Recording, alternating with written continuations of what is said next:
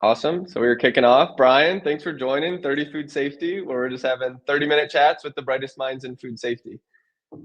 Well, not quite sure who you were looking for, but you got me. So I guess you're stuck with me. Hey, you're here for a reason. Well, first question, Brian, we'd love to just jump in and would love to hear kind of how'd you get into food safety and, what's your why? hmm Right. Well, well, first off, Patty, thanks for having me on. I really appreciate the opportunity to talk about my journey and hopefully out of what I've learned generally through mistakes in my career, hopefully that'll help other people in their careers as well. So I think, like most people, right, when we're young, Patty, we're in college or younger, right, we think we've got it all figured out. And this is what my life is, and this is how it's going to go, and this is how I map it out. No, it never goes that way. And when I was in college, I was pre-med and Oh, wow. decided when I was getting close to graduation, it's like, I really don't want to go that route. Medical's just not that appealing. And so what do I do now? I have this degree, I don't want to teach or anything like this. And so you're kind of thrown in the deep end.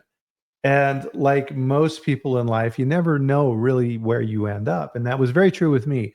Um, so my journey started off when I started working after college was I actually worked in medical device for a couple of years and Cool. worked in a clean room all day long. And that is not fun, right? You're completely gowned up in the bunny suit. You're in there, it's hot. You're just like, oh my God. And then when I was there, FDA showed up for an audit and it was brutal, absolutely brutal. And I was like, "Yes, do I really want to do this for a career?" Yeah. So I started kind of looking around.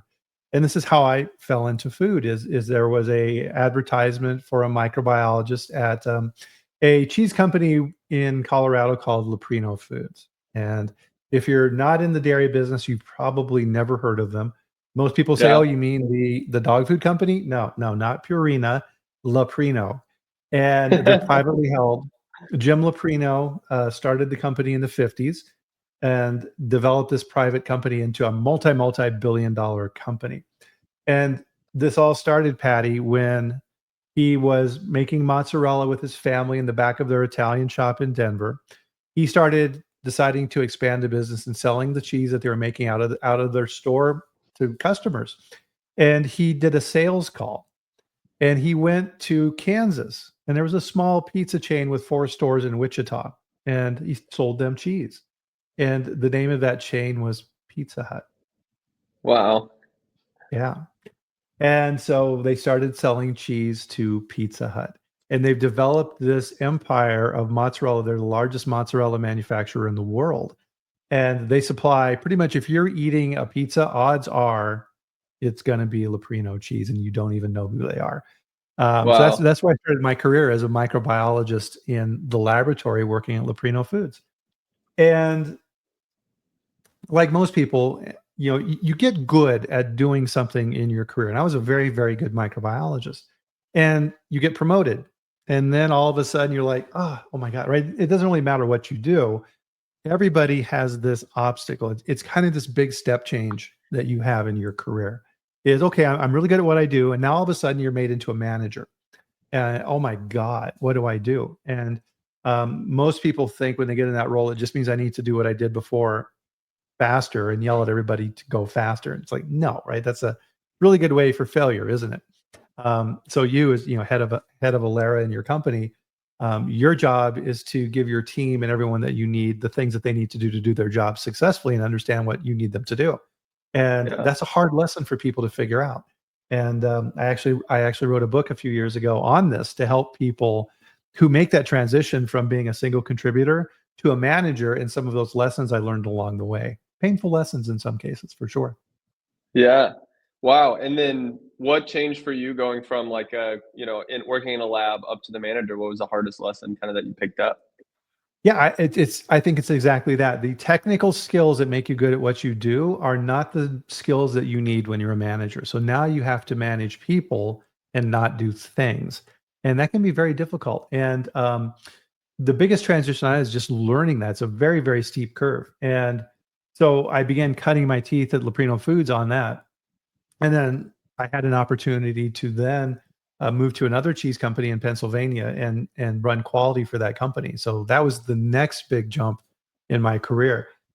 So in my early 30s, I was running quality assurance and food safety for a dairy manufacturer with around, it's like around 350 million in sales.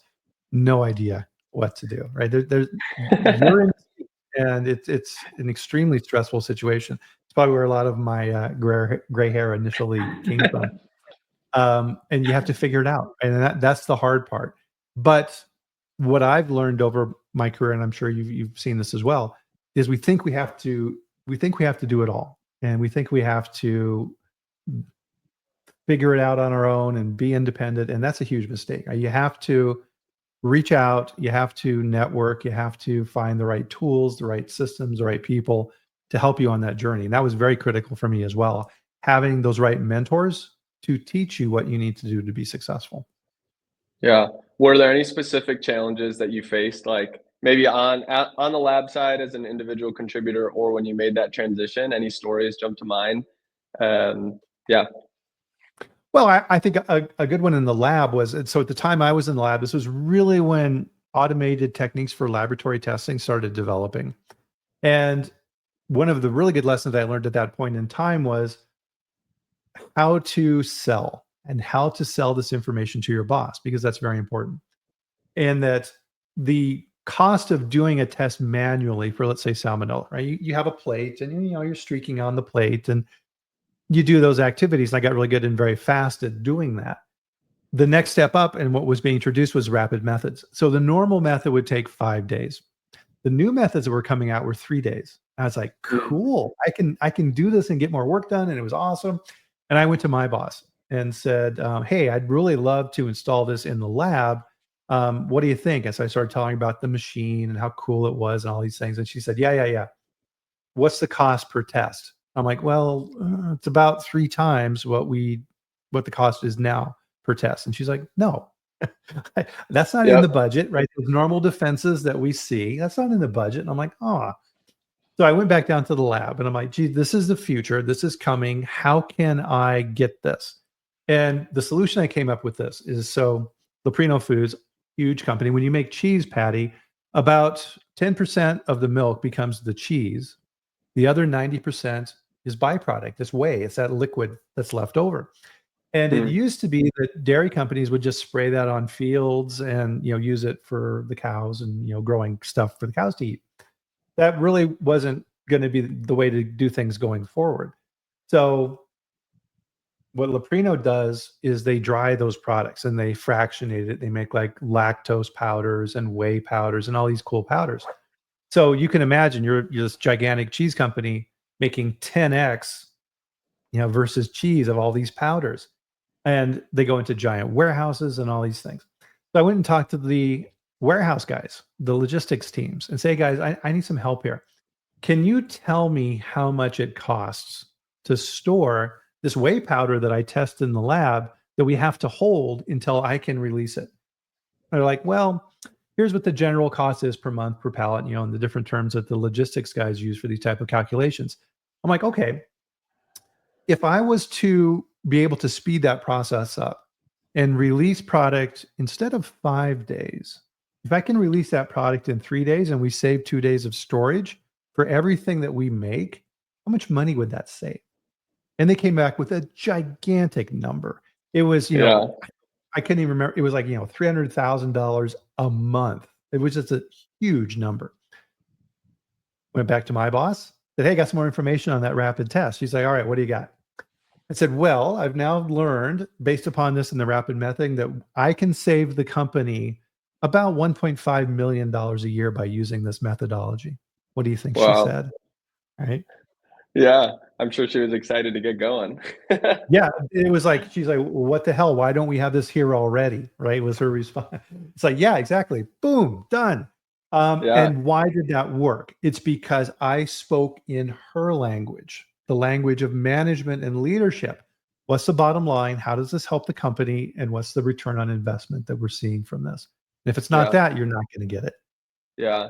I love that too. I heard a story about Mr. Leprino. Apparently, this was from someone who worked there, and he said he saw it where he walked the floor once, and he Mhm. didn't put on, any of the PPE. Walked out there, no mask, nothing, and then no one said anything to him, and then like a QA supervisor came up and was like, "Hey, you have to be wearing your mask and gloves." And then he like gave him a $10,000 bonus, and he was like, Hmm. "No one in this company is above, food safety and quality." And I wonder if Yeah. that's like a cultural thing there, where it's like, "Hey, anyone can, do the right thing and step up, or you can pitch up and sell." Yeah, you need to have that type of culture, right? No one is above the rules. Yeah. And okay, so that's a challenge. You overcame it. Anything in your career that came up on the food safety quality side where it's like, hey, big mistake, big regret, that one that you wish you had back, or one that was just a more humbling learning experience? Well, I think, Patty, the biggest fear of any food safety quality professional is a recall. Yeah. That's the thing that we all worry about the most. That is the thing that scares us. That is the things that can destroy your career. That is the things that you never want to happen, right? Because we're making food. We're making food for people and making sure that we're keeping that bond of trust. And when I would work with my quality managers, that's what I would always tell to them is we have a unique obligation in what we do in food safety and quality. We're the conscience of the company. We're the group that determines morality. We're the ones that Yeah. say right, wrong, good, bad, pass, fail. This is good. This will protect people. And when that fails, you take it personally. And I've been through a couple class one recalls, Patty, where I've had to, as the head of quality in the company, run the recall, be the recall coordinator, and hopefully fix things. And those are those situations that you never want to happen. And I wouldn't wish those on anyone. Um, Yeah. you learn a ton when those things happen. So it's kind of a bad thing to go through, but boy, does that really widen your perspective on how to execute and manage in those crisis situations. Yeah. And so you feel like going through a recall, you came out the other side, and did you like apply things moving forward? Anything Oh, change absolutely. in operations or personally or management? Absolutely. So one of the things that I learned, and this is what I work with my clients on as well, is you think you're ready, but you're not. Right? A recall never, ever goes the way you expect. You are given a set of information that is incomplete, inaccurate, probably wrong, and you have to make decisions that you can at that point in time and give it your best guess. And Yeah. people react differently. So a lot of times companies think that, oh, well, we do traceability exercises, we do mock recalls, one forward, one back, blah, blah, blah. No, that is not testing your recall system. That's eye opening. Um, when companies go through mock crisis situations where everybody has to react as if it was real and you have to pull together teams and look at information and figure out what's going on, that's when the rubber hits the road. Yeah. Different groups react differently. So, points of vulnerability in companies, I don't care who you are, this is pretty much universal, are, for example, groups that you may not necessarily think of if you have a recall from a tactical standpoint. Oh, well, we're having a recall. So we need to involve legal and lawyers and QA and the CEO. And okay, yeah, that's true. What about sales? So if you don't involve sales, gigantic mistake. Why? Because the salespeople have relationships. A lot of times, salespeople have been doing what they're doing for 10, 20, 30 years, and they build up relationship with retailers. So if I'm a salesperson and I'm calling on Kroger, and, and I know the buyer, and I've been working with him for 10 years, and I know his wife and his kids, and I send them birthday presents, and Yeah. there's a crisis situation going on, and that buyer picks up that phone and calls the sales guy and says, "What the heck is going on here? You need to tell me right now." What's the sales guy going to say? Right? If he doesn't know, he's going to make something up. Hey, Yeah. oh yeah, we I heard about that, and no, that's completely under control. So you end up with these back channels of communication, and Hmm. I only found out about those when we started having meetings with the retailers to tell them what was going on and the actions. And I had a retailer say, "Well, yeah, okay, but that's not what I'm hearing." And I'm like, "Well, what do you mean that's not what you're hearing?" "Well, this is what I heard." "Really? Who told you that?" And so then we figured out what happened. Yeah. And you never learn that or figure that out until you actually go through it. One of the things in any profession is what you write down and what people do rarely match, right? Yeah. If you think the analogy, Patty, I use is if you think you can act like Moses And you can come down from the mountaintop with the tablets on the rules and the commandments of what you need to do and act like people are going to follow those. Boy, are you in for a big surprise. Yeah, Doesn't definitely. happen. Because it's humans making food. Yeah. Yeah. You have to take Wow. that into account.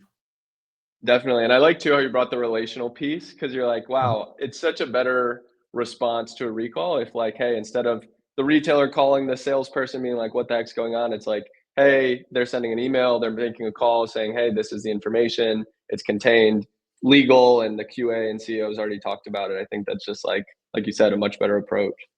Yeah, absolutely. And it's a hard pill to swallow sometimes in companies. And the message I will give to them is that number one, if we're in a recall situation, we have failed in some way, right? Our goal at that point in time is to make things right, protect the consumers and the public, and get back on track. There's no winning that scenario. We've already lost. And a lot of times we're very competitive people, especially at the executive level. Oh, Yeah. we're gonna figure this out and we're gonna beat it. No, we're not, right? We just need to find the correct path through this to make sure that everybody is safe and that everybody's taken care of. And most importantly, that the company survives. Because a lot of times they don't. Yeah. And I think you do a good job, Brian. I've just seen like you can speak the executive language, you can speak down to like what people need to hear on the floor or on the food safety side. And I think you're right that that's a skill that we all need to develop and who we're talking to and what their goals and aims are. Yeah, absolutely. So yeah, you had mentioned when we got here on the talk here today that you had went out and you were talking with some potential clients and customers. How you talk to the CEO of that potential partner with your company with Alera, and how you were talking with the people on the floor who are working in that company versus how you're talking with their CFO. Or you have to vary your message so that each of those groups is hearing what they want to hear, not what you want to say. Yeah, absolutely. Great. No, that's a good, I appreciate that mistake. And like you said, learning the vulnerabilities and we're all human and make mistakes, but what we learn from them is what matters. For Mhm. you, what would you say is like your Hall of Fame moment in food safety and quality? Don't be modest. Well, and really, so shameless plug, right? So in my book, right? So the new manager mindset, you Love can it. get this on Amazon. The biggest breakthrough came at that first quality director role that I had, where I was running quality for a company. And when I got there, 2 weeks, Patty, after I started, we had an audit, and it was brutal, absolutely brutal. The number one, the auditor who came in wasn't even from food. He came from automotive. So he Oh didn't no. understand food. He wanted us to make cars. So that made it even harder.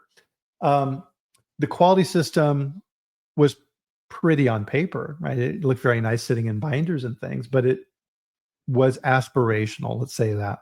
So Yeah. it was fish in a barrel for the auditor, and I had no idea what was going on. I just started there. So the auditor would say something like, "Oh, I see here in this procedure that you have a monthly quality meeting with the plant leadership to go over the metrics and the KPIs.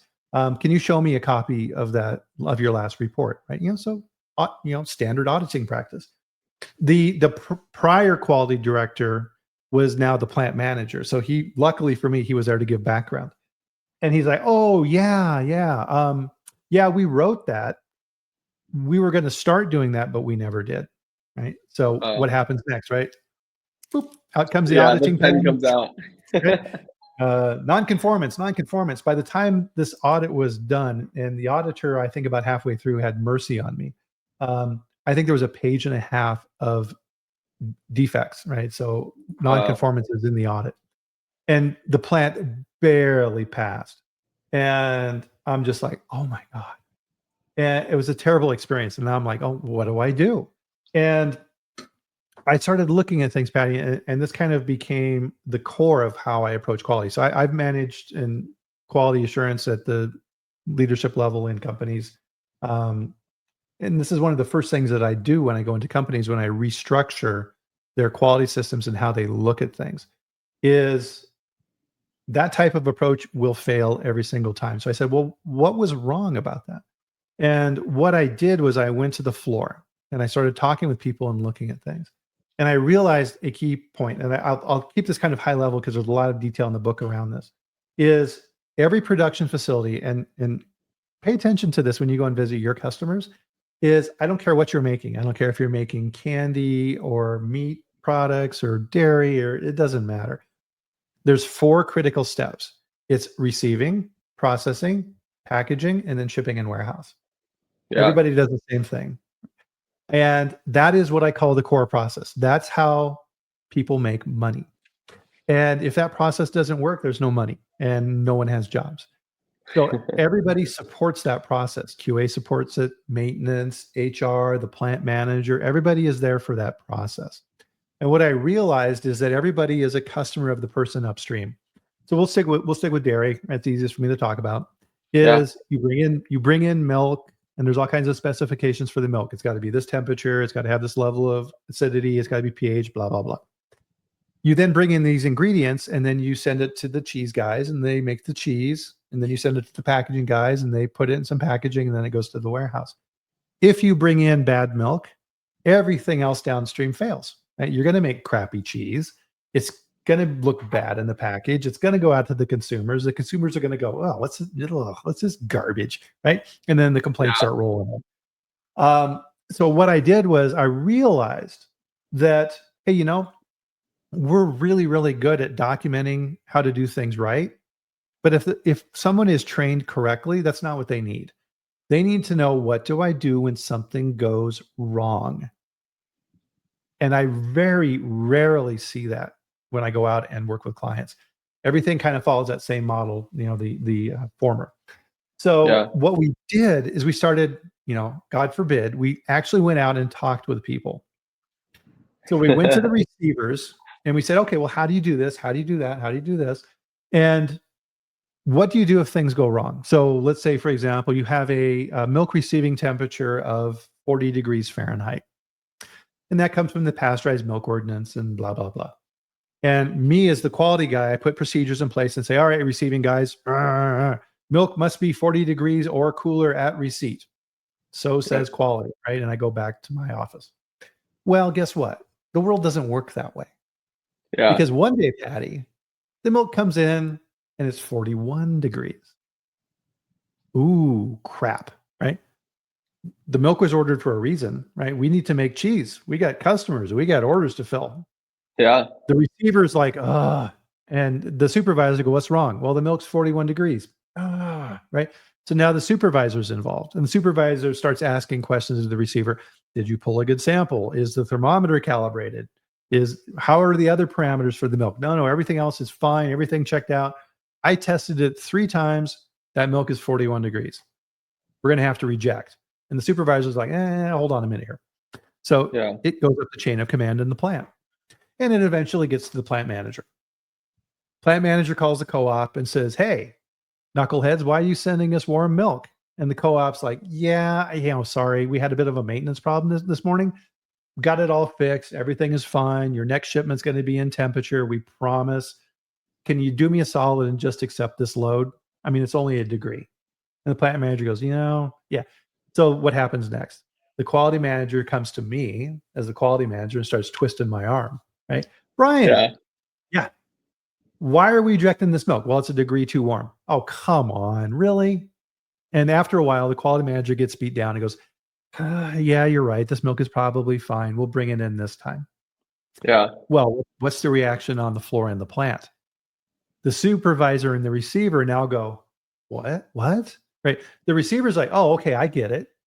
We only follow the rules when they're convenient, right? But if we get something in that doesn't meet the rules, we're still going to make product. Nobody cares. Quality is terrible, right? It just starts this incredibly bad cycle.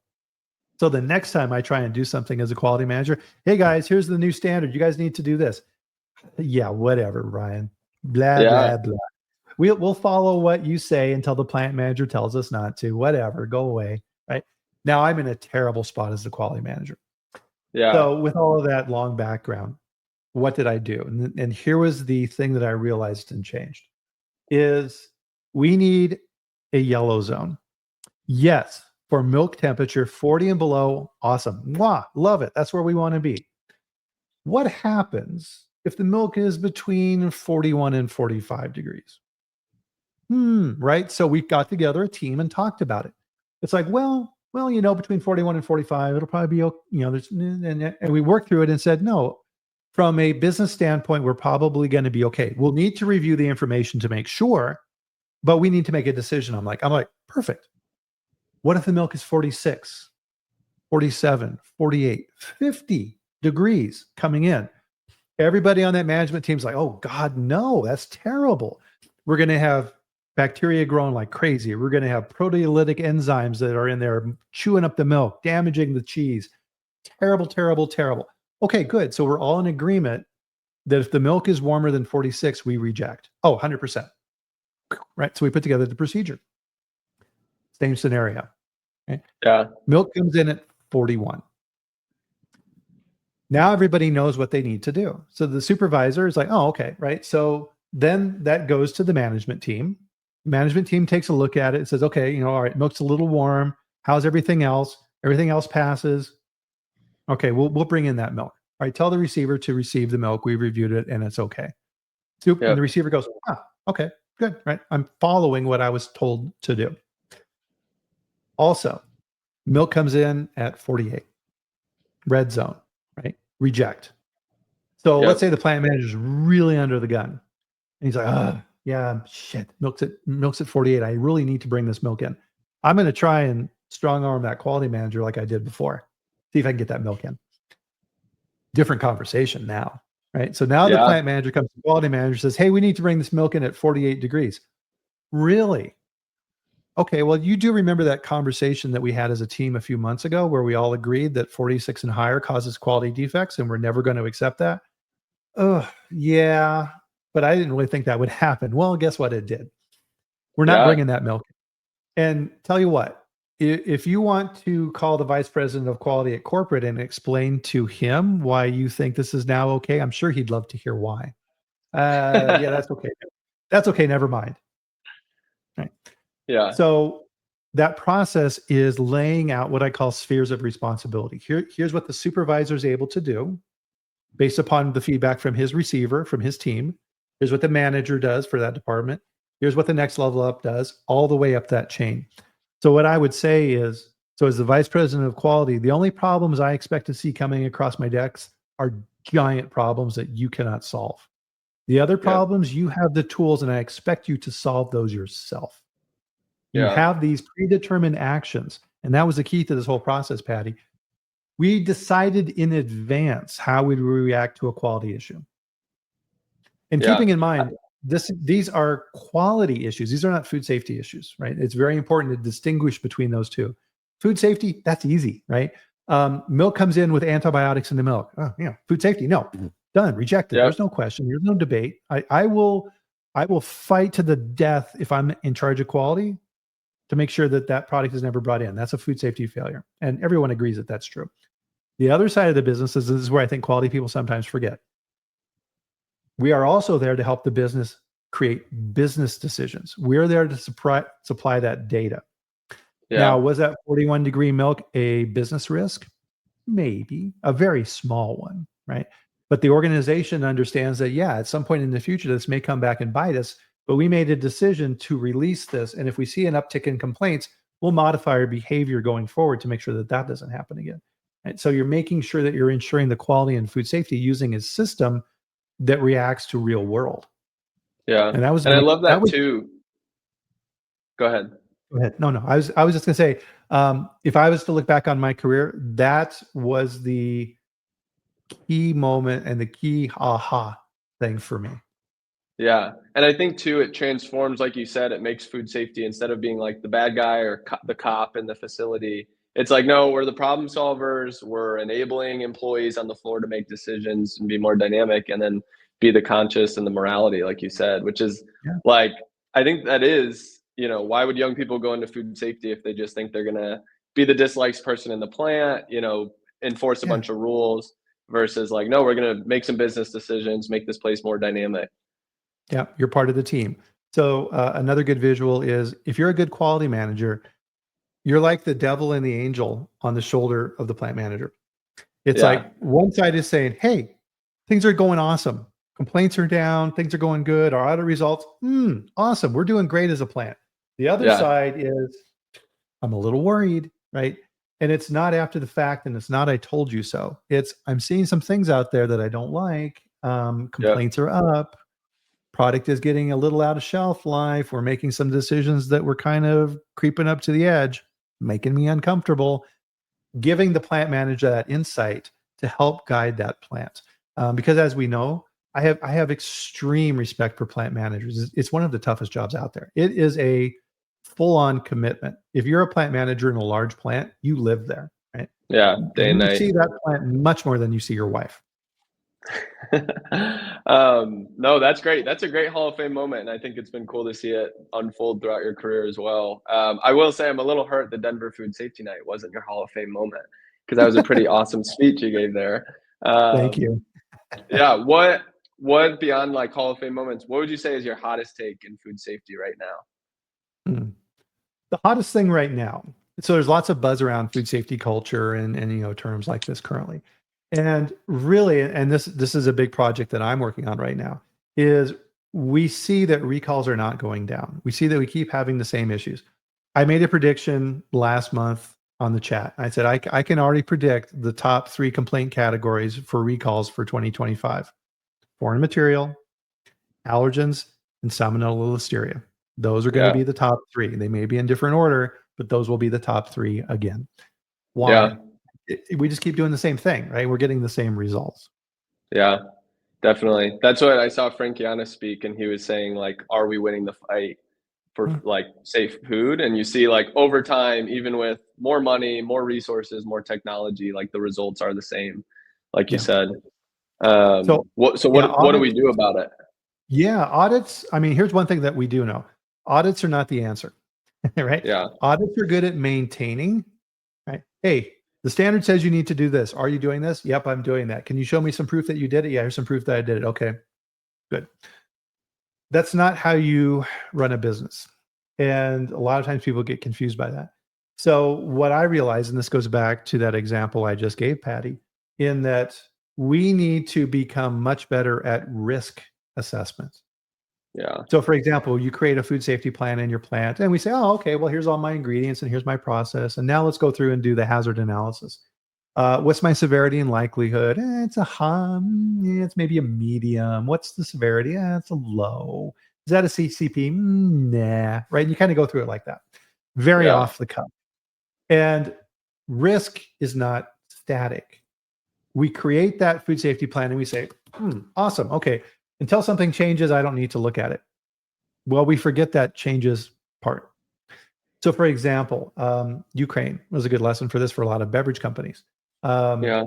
Sunflower oil is used a lot in beverages, plant-based beverages and things like this. Where's sunflower oil come from? Ukraine. So the war starts, and all of a sudden there's no sunflower oil. Yeah. And everybody's just like, oh my God. And so procurement people are scrambling to find alternate oils, alternate suppliers, right? Prime territory for food fraud. Yeah. Has your risk changed? Yeah, Yes, it definitely. has, right? And we don't think about that, right? The quality people should be saying, whoa, okay, let's take a look here, right? We need to be very careful about what we procure, right? This situation has changed and the risk has been modified. Companies don't do a good job of looking at that risk. And the other big piece of this, and with this new food safety protection policy that I'm now launching, is we only look at what the plants are doing. What's corporate up Yeah. to? What's corporate Yeah. doing? So, for example, mergers and acquisition. So, large companies are always trolling around looking for good companies to acquire, right? Ooh, hey, here's a cool brand. I'm going to buy that company and bring it in. What do? They look at the financials. All right. What's your earnings? What's your earnings before income taxes, right? EBITDA, all that fun stuff that the accounting and the finance people look at. They look at all these documents in a room, and then the M&A guys say, okay, well, based on this and the multiples and we think that $100 million is a fair price for this company to purchase them. And then a deal's worked out. Well, then guess what? After the fact, everybody else who was not involved in that decision, the food safety people, right? We go to that new plant and we start looking around and we're like, oh my God. Right? Oh, there's a reason they sold this. Who bought this? And it's like, then you go back to your boss who talks with the leadership team and the CEO and says, well, the food safety guys are saying that we're going to need at least $20 million to fix everything for this new plant. Yeah. And now everybody's unhappy, right? Yeah. Why not involve those people up front? Hmm. Send in the quality people and say, all right, here's what I found in this potential acquisition. You should probably adjust your offer price down about $20 million because we're going to have a lot of stuff to fix. Right? Yeah. And let the negotiations begin. They need those tools. Another thing in companies that they don't look at. CEOs are there because they run companies. They're hired by the board of directors to run the company. So you, as the CEO, right, you're given objectives of what you need to hit. Here is my earnings. Here's my growth. Here's my profit margin. Here's my overall forecast for the company. And the board of directors is there to have the CEO execute those requirements. Where does that CEO come from? If you're a good CEO at running a company, you're a good CEO at running a company. Yeah. And that does not necessarily mean you know food. And there have been very good CEOs. So when I was at WhiteWave, the CEO who came on board when I was there came from Gillette, the razor Wow. company. Yeah. And he was a fantastic CEO. He was a very good CEO. Did he know anything about food when he got there? Hell no. No, he didn't know anything about food. Is that okay? No. From his perspective, it is. From a food Yeah. safety perspective, it's not. Right? Yeah. There's risk. There's risk with that. Is your marketing group making label claims that are kind of pushing the envelope that could potentially put the company at risk? How many allergens are in the products? What's the risk of cross-contamination? Companies don't understand their overall risk in their category and for their company itself. And you need to shine light on those and do that internally and do it through attorney-client privilege and use those systems to improve. So the clients that I work with on these type of programs are good food companies that want to become world-class. Right? Yeah. This is not for a company that's like, hey, I just want to become SQF certified or whatever and hang a certificate on the wall. Number one, nobody should ever do that. But they're not there yet. They're not there. Yeah. Have you, that just makes me think you saying audits are not the issue or not the solution. Have you been following Nat Friedman or any of that, like people testing product for like microplastics? I do see those. Yeah. I mean, so consumer reports, right? They'll go out and Yeah, pull products on shelves. Yeah. there's a guy, Brian Johnson and Nat Friedman. They're like tech people, and then they've just been interested in food and wellness. And they were saying that they would test this food, and they would then be like, "Oh my gosh, there's metal and plastic in here." And then they'd go back to the CEOs at the companies, and they'd be like, "Okay, like why? Like I wish you didn't tell me that." And so it's Yeah. almost like you know, it's almost like an audit sets you up to be like, "Hey, if we don't find anything or we don't know, it's even better." Versus your mindset is like, "Oh, if there's risks, let's lay them out on the table and solve them." Yep. One of the things when I work with CEOs, one of the things that I educate them on is what's known as the Park Doctrine. Yeah. In a nutshell, the Park Doctrine is a legal precedent that says that the CEO is personally, not just as the head of the business, personally responsible for food safety. Yeah. So when you see large high profile recalls like Bluebell ice cream or Peanut Corporation of America, Yeah. those individuals who ran those companies were prosecuted under the Park Doctrine Yep. for failing to meet their obligations to protect the public. And those duties cannot be delegated. If I work for you, Paddy, you're the CEO and I'm the head of quality, and something happens, you can't, in your court case, say, not my fault. I told Bryan to do it and he didn't do it. Yeah. What am I supposed to do? The ruling is no, you're responsible. And people have been fined large amounts of money, threats of jail time relative Wow. to the Park Doctrine. And most CEOs don't understand that. Yeah. Ignorance is not bliss under the Park Doctrine. No. Wow. So that's a great hot take. What if you could give one piece of advice to the next generation of food safety folks? What would it be? Oh, yeah, that's an easy one. If I could go back in time, I'd do this myself, Patty. Is don't try and do it all yourself. Yeah.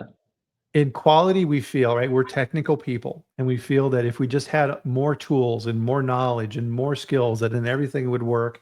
And we just have to understand it all and manage it all and do everything. You're going to fail. You are Yep. going to fail.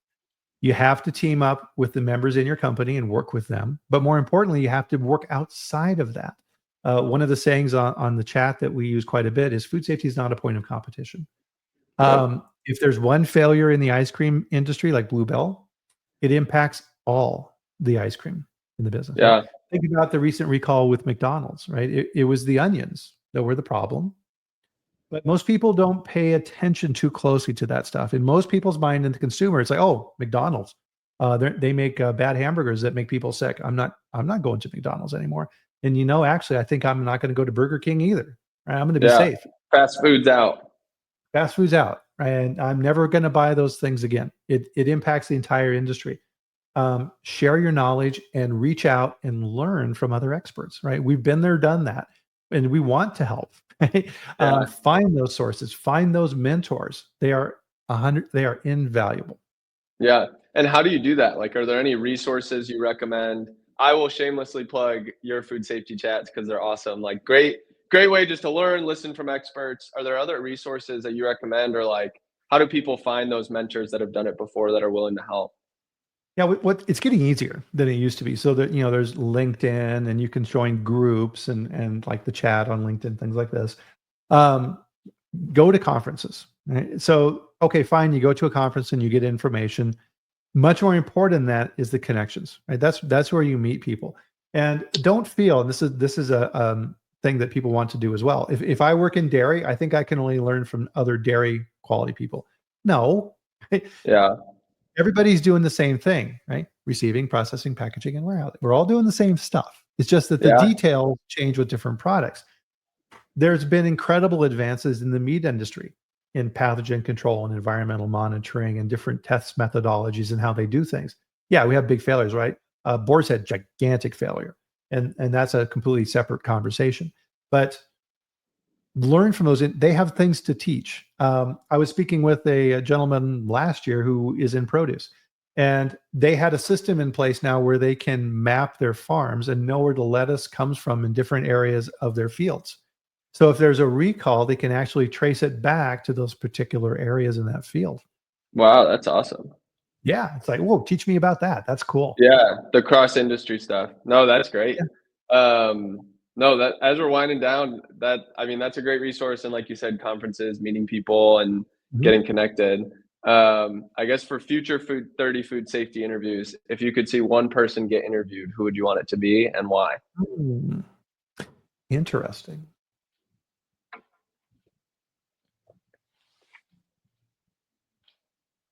I want to see more on potential applications for AI in what we do. So I want to learn from different angles and new perspectives. Number one, and for anybody who's listening to this, do not use AI to create food safety plans or things like this. No, AI is there to give you ideas. Hey, AI, what are some things I should consider for my food safety plan? Good use of AI. Hey, AI, write a food safety plan for me. I'm done. Yep. Ooh, big mistake. Yeah. Right? So this is obviously a field that's changing and evolving very, very rapidly. And in 5 years, who knows what it's going to be like? But you got to be thinking about that now. So I want to learn more from those thought leaders in that space of potential applications for what we do. Do you want to learn from food safety people that are using AI, or do you want to use from AI experts who have some knowledge of food safety? Both. So for example, Dubai. In Dubai, the health ministry for restaurants and things like this is already using AI, and they are able to monitor and predict activities. Hey, it looks like that this freezer is losing temperature. You better go check that compressor. Yeah. Cool. Hey, this is limitless, right? So definitely some big brother stuff to this. We'll have to be careful how we advance. But imagine that in Dubai, they have cameras in the restaurant, and these cameras are able then to monitor activity. Hey, this guy didn't wash his hands coming out of the bathroom. Hey, this cutting board wasn't cleaned after it was used. Hey, it's time to change the concentration of the chlorine in the rinse water. Right? Yeah. All these types of things that it can keep track of. I think that AI has the ability to liberate us from mundane activities. So, for example, if I was worried about hand washing, Do I have the time to go and stand and watch the hand washing station all day? No. Plus, it's going to alter behavior because people are going to see me there. Yeah. Can AI monitor hand washing? Absolutely. And it can Yeah. do it 24/7, right? And I can then capture that data. And so as this goes forward, I think a good point on that as well, and Patty, is that there's data, of which we are absolutely flooded with data, and then there's information. What Mhm. are we doing with that data to make it information so that we can actually act on it and improve things in the future, right? If Yeah. anything, we have too much. Get rid of the stuff that's not actionable and focus on those things. Yeah. Great. Well, we'll have to try to track down some AI experts. Yeah, that'd be awesome. Awesome. Well, thanks so much, Brian. I appreciate your time, and thanks for joining for 30 Food Safety. Oh no, absolutely, Patty. Thanks for having me on. I really appreciate it. Anytime. And we